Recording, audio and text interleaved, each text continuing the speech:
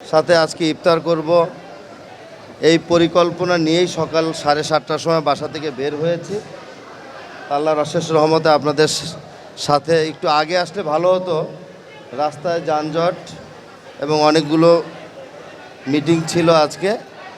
তারপরও আপনাদের সাথে এসে ইফতারে সামিল হতে পেরেছি, আল্লাহর কাছে শুকরিয়া আদায় করছি। আপনারা কেমন আছেন? সবাই ভালো আছেন? সবাই আলহামদুলিল্লাহ। আমি সর্বপ্রথমে ইফতার মাহফিলে আমাদের স্বপনের বাবা অত্যন্ত জনপ্রিয় কাউন্সিলর ছিলেন, অত্র এলাকা অনেক উন্নয়ন করেছেন।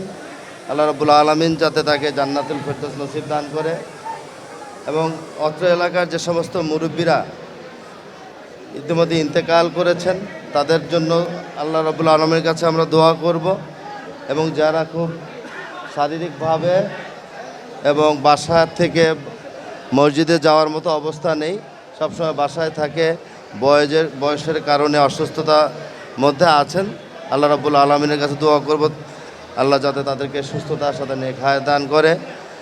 আর সর্বোপরি ইফতারের আগে অল্প সময় বাকি আছে, আমি একটু আমার কথা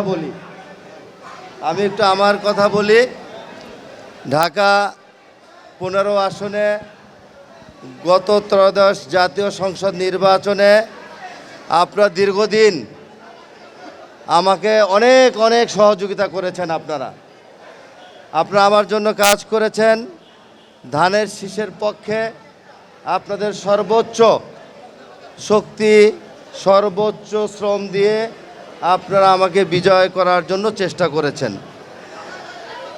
13 নম্বর ওয়ার্ডের এখানে যারা উপস্থিত আছেন তারা আমি মনে করি সকলে আমাকে ভোট দিয়েছেন।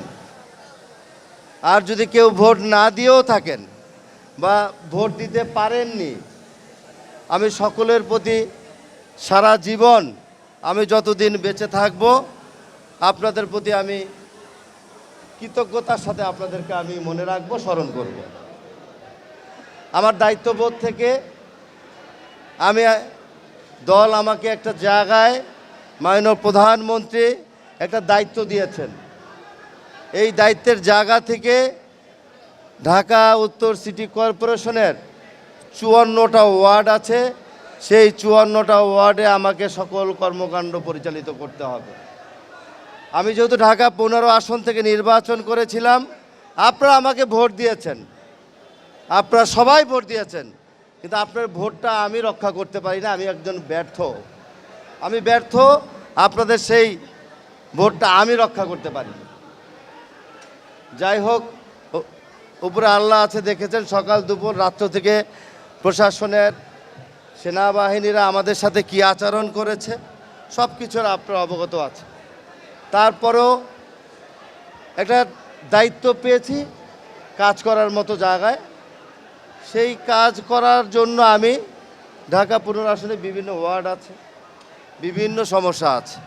আমার সীমিত দায়িত্ব থেকে যতটুকু সম্ভব ঢাকা 15 আসনের মানুষের কাছে আমি কথা দিয়েছিলাম, যদি আমার দল রাষ্ট্র পরিচালনার দায়িত্ব পায়, আমি ঢাকা 15 আসনের প্রতিটি মানুষের সমস্যাগুলো আমি অগ্রাধিকার ভিত্তিতে আমি সেগুলো সমাধান করার চেষ্টা করব। আমি কথা দিয়েছিলাম, মাননীয় প্রধানমন্ত্রী তার নির্বাচনের অঙ্গীকারের প্রথমে ছিল 1 নম্বর, আমরা নির্বাচিত হলে যারা অর্থনৈতিকভাবে অসচ্ছল, সেই অসচ্ছল পরিবারকে আমরা একটা ফ্যামিলি কার্ড দিব।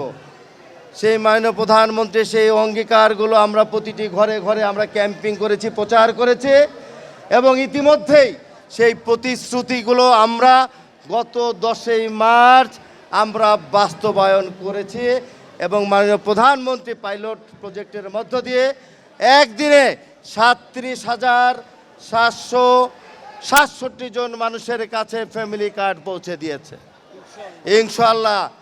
আজকে দ্বিতীয় ধাপের, আমি যখন মসজিদ মাদ্রাসায় গিয়ে বক্তব্য রেখেছিলাম, বলেছিলাম আলেম ওলামাদের জন্য আমরা যদি রাষ্ট্র পরিচালনার দায়িত্ব পাই তাদেরকে আমরা সম্মাননা দিব। আজকে মাননীয় প্রধানমন্ত্রী সহ আমরা একসাথে থেকে সেটাকে উদ্বোধন ঘোষণা করেছি।